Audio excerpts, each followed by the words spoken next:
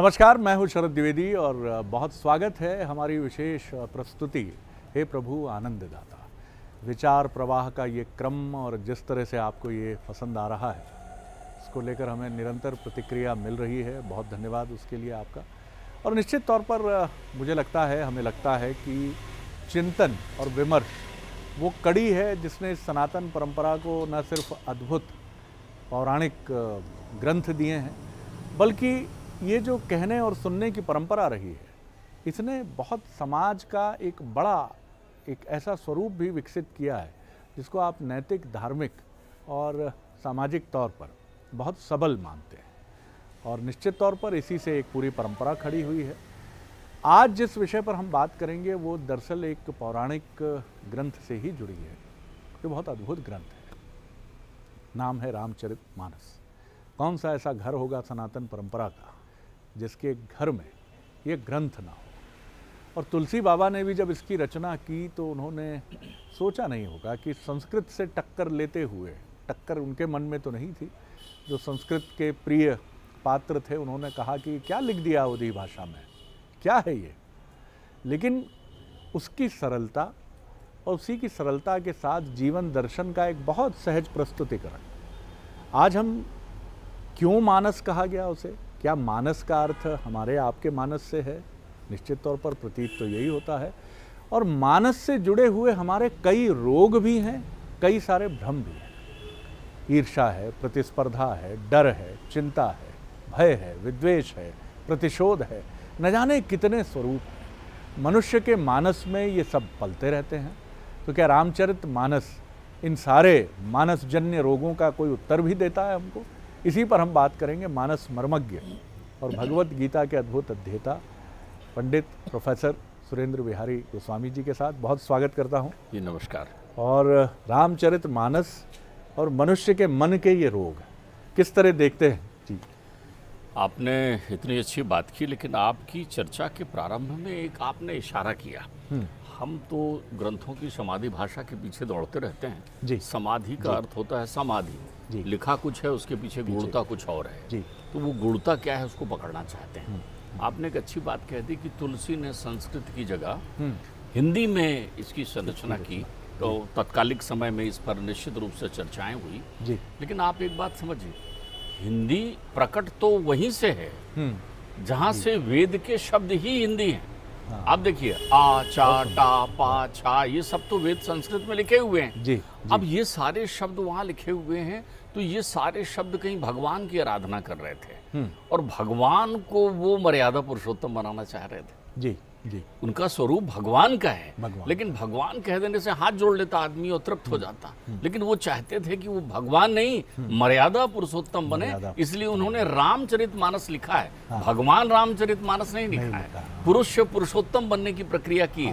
तो उन्होंने लोकाभिराम की प्रस्तुति लोक भाषा में की। वाह वाह वाह।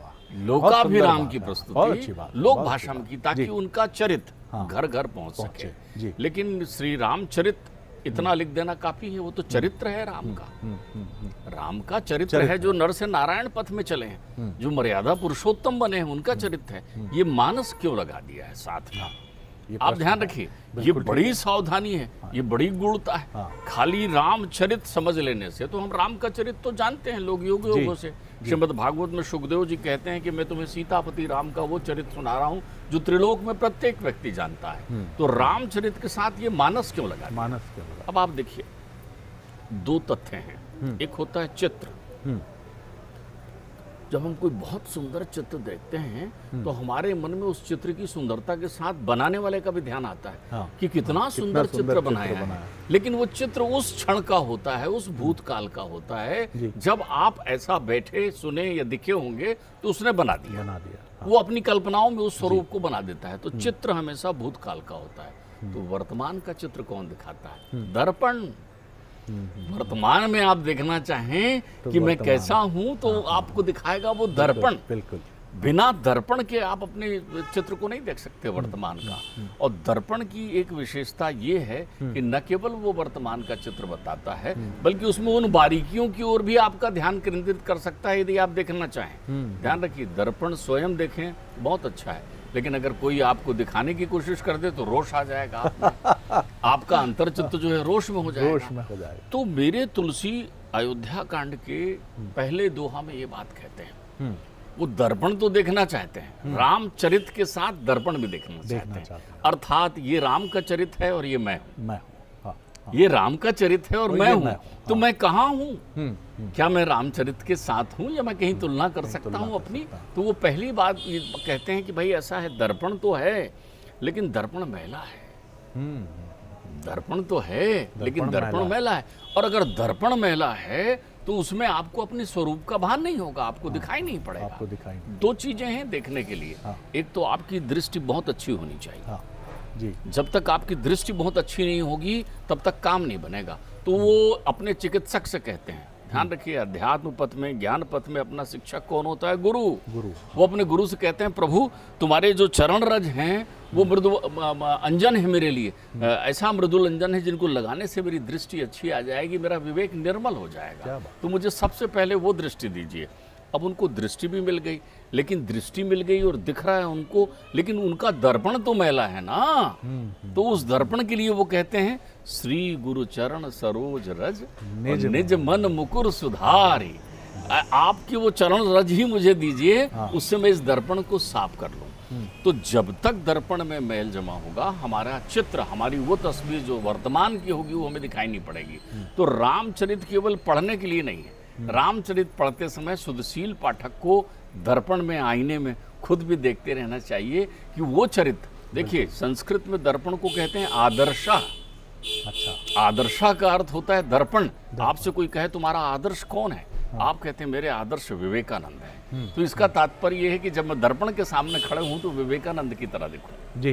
तो वो उस दर्पण को दिखाना चाहते हैं, अर्थात आपके निर्मल मन के दर्पण को दिखाना चाहते हैं, क्योंकि सारे रोग, सारे विषय उसी दर्पण में छेपक की तरह चिपके होते हैं, जिसके कारण ना तो आपके पास दृष्टि होती, ना आपके पास दृष्टि में निर्मलता होती, आप पूर्वग्रही हो जाते हैं।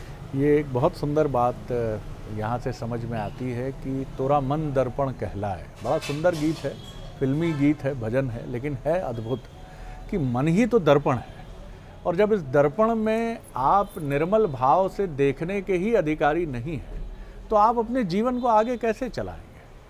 क्योंकि सही बात है, दर्पण कोई और दिखाता है, यानी कोई और हमें आईना दिखाता है तो हमें गुस्सा आ जाता है।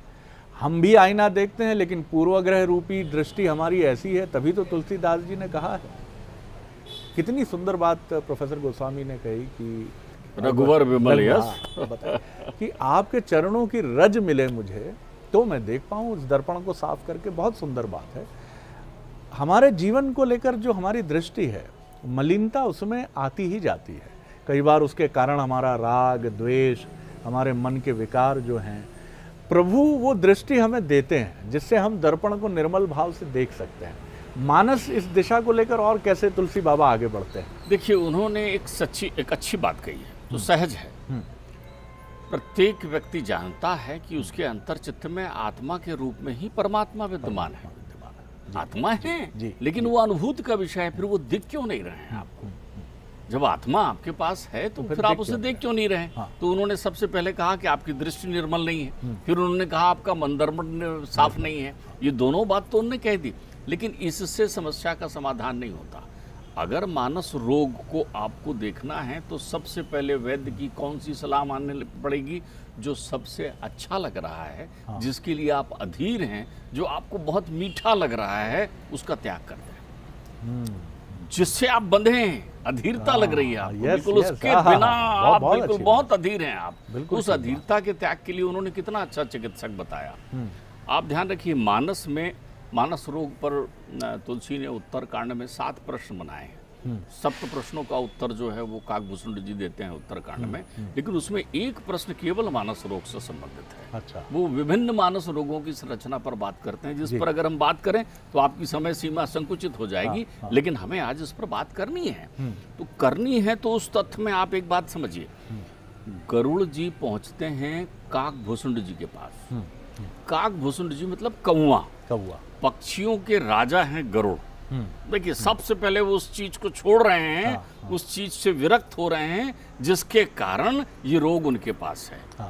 मैं राजा, मैं गरुड़, मैं गरुड़, हाँ, अहम करते तो अहम मानम, वो अहंकार जो उनके अंतर्चित्त में है, हाँ। उन्होंने उनकी दृष्टि की निर्मलता को छीन लिया है। परमात्मा तो तुम्हारे अंतर मन में है, लेकिन तुम्हें परमात्मा स्वार्थ में चाहिए। जी। अभी मैं कष्ट में हूं, क्यों मदद नहीं कर रहे हैं? अरे भाई, उस कष्ट का उद्देश्य क्या है? क्या उद्देश्य? परमात्मा ने वो तुम्हें क्यों दिया है? जो परमात्मा करता है बहुत अच्छा करता है। जी, ये सिद्धांत रखिए कि वो हमारी इच्छा से नहीं हुआ ना, उसकी इच्छा से हुआ तो बहुत अच्छा हुआ। बहुत अच्छा तो हुआ। गरुड़ जी पहुंचते हैं उनके पास।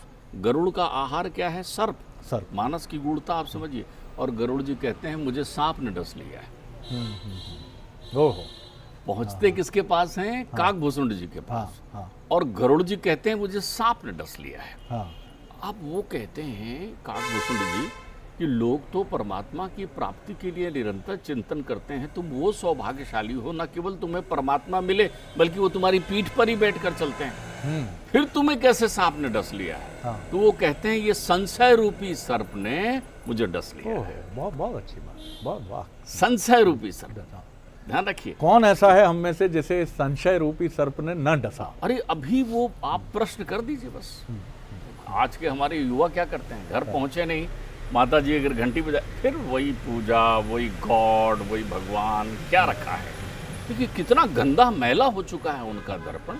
अंतर्चित्त की वो यात्रा ही नहीं करना चाहते। वो समझते हैं कि 60 वर्ष का पिता तो सीधा 60 वर्ष का ही आया होगा, वो सठिया गया है, वो ये समझते हैं। वो भूलते हैं कि जवानी उसके पास भी थी, बचपना उसके पास भी था, वो भी इन सारे चिंतन के दौर से गुजरा है। तो वो कहते हैं मुझे संशय रूपी सर्प ने ग्रसित कर लिया है। तो बोले फिर इसका तो इसकी व्यवस्था तो आप ही हैं, गरुड़ है। बोले नहीं, मैं गरुड़ नहीं हूँ, तुम्हारे पास परमात्मा की कृपा रूपी गारुड़ी विद्या है। गारुड़ी विद्या किसके पास है? अर्थात जो संशय को उतार दे। राम संशय विहग उड़ाव निहारी। तुलसीदास कहते हैं राम कथा सुंदर करतारी और संशय विहग उड़ाव निहारी। ध्यान रखिए। बहुत सारी पक्षी आके बैठ गए कहीं खेत में और दाना चुरा रहे थे, तो किसान ने ताली बजाई जोर से। जब ताली बजाई तो सारे पक्षी उड़ गए। अब पक्षी उड़ गए तो फिर तो वो कहता है कि महाराज आज तो पक्षी उड़ गए, कल आके फिर बैठेंगे। ये संशय रूपी पक्षी तो अनवरत आएंगे ना जीवन में। तो वो कहते हैं राम कथा कली बिटप कुठारी और सादर सुन गिरि राजकुमारी। अरे राम कथा रूपी कुल्हाड़ी से इस संशय रूपी पेड़ को काट दे तो तेरे जीवन में पक्षी नहीं आएंगे। कहाँ लगा है वो संशय? न रहेगा बांस, न बजेगी बंसी। यही सबसे जटिल प्रश्न मनुष्य बना लेता है कि वो संशय रूपी पक्षियों को तो आमंत्रित करता चला जाता है, लेकिन वो कुल्हाड़ी जिसका नाम प्रभु श्री राम है या जिसके जो भी इष्ट राम कथा है जी, जिसके जो भी इष्ट हों उनको नहीं आमंत्रित करता है। और यही वजह है कि जीवन में संशय का विस्तार निरंतर बना रहता है। ये संशय ही है जो तमाम प्रकार की जटिलताओं को मनुष्य मन में पैदा करता है। जी, ये आपने अच्छा प्रश्न पूछा। पहली बात, राम कथा का अर्थ ही सत्संग है। हाँ, ठीक है जी। पहले राम समझ लीजिए। आपने कहा राम या जिसको भी आप मानते हो, आप राम को ही मानते हैं, क्योंकि राम का अर्थ आप नहीं जानते। जी, रा धन आ, माँ धन छोटा, छोटा, रा धन बड़ा, माँ धन छोटा, राम होता है। जो रवि के आदि में है, मध्य में है और अंत में रहेगा, वो राम है। जो परम सत्य है, अर्थात अपने स्वरूप को जान लेना कि मैं कौन हूँ, क्या मैं शरीर हूँ, क्या मैं बुद्धि हूँ, क्या मैं मन हूँ, क्या मैं चित्त हूँ। तो आप कहते हैं नहीं, मैं तो परमात्मा का अंश हूँ। इस स्वरूप का जैसे ही ज्ञान होता है आप राम को जान लेते हैं, उसे ही राम का नाम दिया गया है। ठीक बात है। अब आप देखें इसकी मूलता कहाँ से शुरू होती है, उस पर भी बड़ी सुंदर बात कही है। वो कहते हैं उत्तरकांड में मानस रोगों की वर्णन करते हुए काकभूषुंड जी गरुड़ जी से कहते हैं कि मोह सकल व्याधन को मूला। देखिए, जड़ जो है वो मोह है, जिसे आप आसक्ति कहते हैं, जिसे आप बंधन कहते हैं, जो आपको बांध के रखता है। मोह से शुरुआत होता है। मोह सकल व्याधन को मूला। मोह ही है जो जड़ है, वो सारी चीजें उत्पन्न करता है। फिर क्या उन्होंने कहा ये रोग है। अब चूंकि रोग है तो पुराने तात्विक विवेचन में अपन बात कफ पित्त 3 नाड़ियों का विश्लेषण करते हैं। 3 नाड़ी में कोई ना कोई खराब निकल जाएगी, तीनों खराब हो गई तो सन्निपात हो जाता है। सन्निपात हो जाता है। तो वो उदाहरण देते हैं, काम बात कफ लोभ अपारा। वाह वाह। काम क्या है बात करो। काम आ गया आपको, बस समझ लीजिए फिर आप प्रमादी हो गए, हलाली हो गए। फिर आपकी जिज्ञासाएं अनंत पहुंचेगी, आपकी दृष्टि दूषित हो जाएगी, आपका मन दर्पण जो है वो निर्मल नहीं रहेगा, और आप बैठे बैठे जो है वो सारी प्रक्रियाएं चाहेंगे। आप गदेली में आम जमाना चाहेंगे, तो समझ लीजिए आप काम के वशीभूत हो गए। जी जी। काम का अर्थ केवल वासना नहीं है, वासना काम का एक अंग है। काम का अर्थ है इतनी अनंत इच्छाएं, आशाएं आपने पाल ली, उतनी आसक्ति आ गई। तो काम के मोह के 3 पुत्र उत्पन्न हो रहे हैं। तो पहला पुत्र कौन हो गया? काम। वो बात रोग है, वो आपको निकम्मा कर देता है। कामेन कर्म नाशना, आपके सारे कर्म दूषित कर देता है, नष्ट कर देता है। इतनी बड़ी बात है जी। आप दूसरा तथ्य देखें, लोभ क्या है? लोभ कफ अपारा, वो कहते हैं काम बात कफ लोभ अपारा, वो ये कह रहे हैं। लोभ जो है कफ की तरह, वो बार बार आपका कफ बिगाड़ते रहता है। इसीलिए तुलसी मानस रोग को जानते हैं तो बड़े सुंदर ढंग से कहते हैं कि हे परमात्मा, मेरे हृदय में आप कैसे बसें? लोभी हृदय बसऊं धन जैसे। क्योंकि कप तो विद्यमान रहेगा ना, तो वो कहते हैं लोभी हृदय बसऊं धन जैसे। मेरे हृदय में आप लोभ की तरह बसे। क्यों? लोभी को एक मिल जाए तो दूसरा चाहेगा, दूसरा मिल जाए तो चौथा चाहेगा, चौथा। उसकी तृष्णा कभी खत्म नहीं होती, कभी खत्म नहीं होती। तो वो कफ की तरह है, अपने शरीर में विद्यमान है। ये त्रिगुण है जो अपने शरीर में त्रिगुण है। अब फिर वो कहते हैं क्रोध। क्रोध क्या है? क्रोध पित्त निच छाती जा रहा, नित छाती जा रहा। क्रोध रूपी क्रोध अगन ऐसा चल रहा है, प्रज्ञा अपराधो मूलम सर्व रोगाणाम उत्तमम, जाको प्रभु दारुण दुख दीना, और ताकि मति पहले हर लेना। तो ये मति का हरण ही क्रोध करता है। बहुत सुंदर। तो ये 3 प्रक्रियाएं, अब 3 के साथ फिर उसकी श्रृंखलाएं बढ़ती है। पेड़ आ गया आपके घर में, मोह मूल, मूल हो गया, ठीक है ना। इसलिए तुलसी कहते हैं सकल कामना हीन जे राम भगत रस लीन, नाम सुप्रेम पीयूष हृदय, और तिन्हीं किए मनमीन। तो कामनाओं की हीनता होना आवश्यक है आपके पास, क्योंकि ये मनमीन जो है ना, जल चाहता है। ये चाहता, तो उसमें जल किसका दें? परमात्मा के नामामृत का जल दें, विश्वास का जल दें, श्रद्धा का जल दें।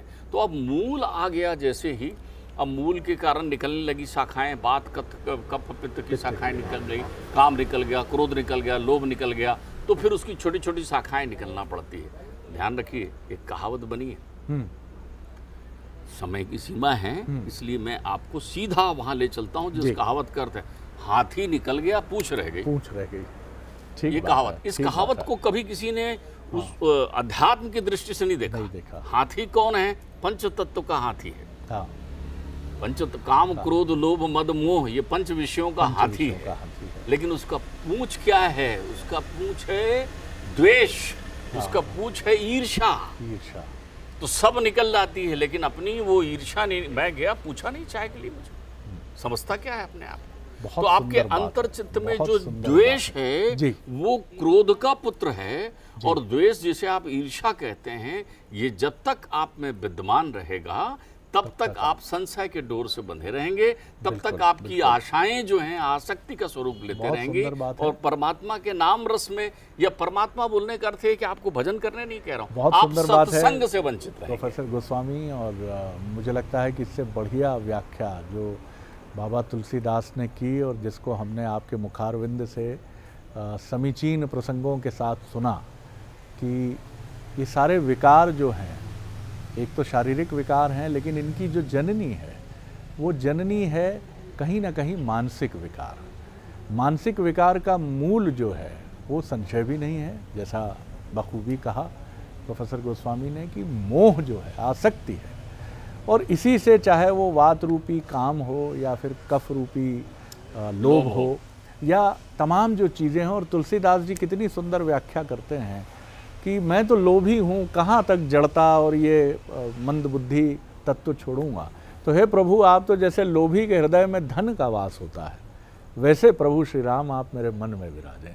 ये विनम्रता की भी पराकाष्ठा है, और ये व्याख्या का भी चरम है, जहाँ तुलसी, यानी तुलसी तो बिल्कुल प्रतीक है। एक ऐसा प्रतीक क्या है, खुद उन्होंने आत्मसात किया अपने को, कि अपने मन के दर्पण को निर्मल करके ही उनकी लेखनी रामचरितमानस रूपी इस अद्भुत ग्रंथ की रचना की तरफ बढ़ी। और निश्चित तौर पर आप जीवन में अगर कोई बड़ा काम करना चाहते हैं, आज 500 से अधिक सालों के बाद भी अगर हम बरनऊ रघुबर विमल जसु जो दायकु फलचारी या फिर तुलसीदास जी की हम बात करते हैं, तो ये इसलिए करते हैं कि वो एक कालजयी कृति के निर्माता हैं और उसके पीछे उनका निर्मल मन और प्रभु की भक्ति, प्रभु के प्रति उनके मन की निर्मल श्रद्धा, ये बड़ा कारण है। तो जीवन रूपी इस भवसागर को पार करना है तो जितनी यथासंभव शक्ति आपके हमारे भीतर है, नहीं तो जिस तरह से लोभ पाप रूपी एक आवरण रच के हमारे सारे अच्छे कर्मों का नाश करता है, जो हमने सुना अभी, वैसे ही हमारा जीवन भी होगा। मैं बहुत धन्यवाद करता हूं आपको प्रोफेसर गोस्वामी, और यहाँ आपसे अनुमति और अगले अंक में एक और नए विषय के साथ हे प्रभु आनंददाता में हम चर्चा और विमर्श के लिए उपस्थित होंगे। अपनी प्रतिक्रियाओं से हमें अवगत कराते रहिए। धन्यवाद, नमस्कार।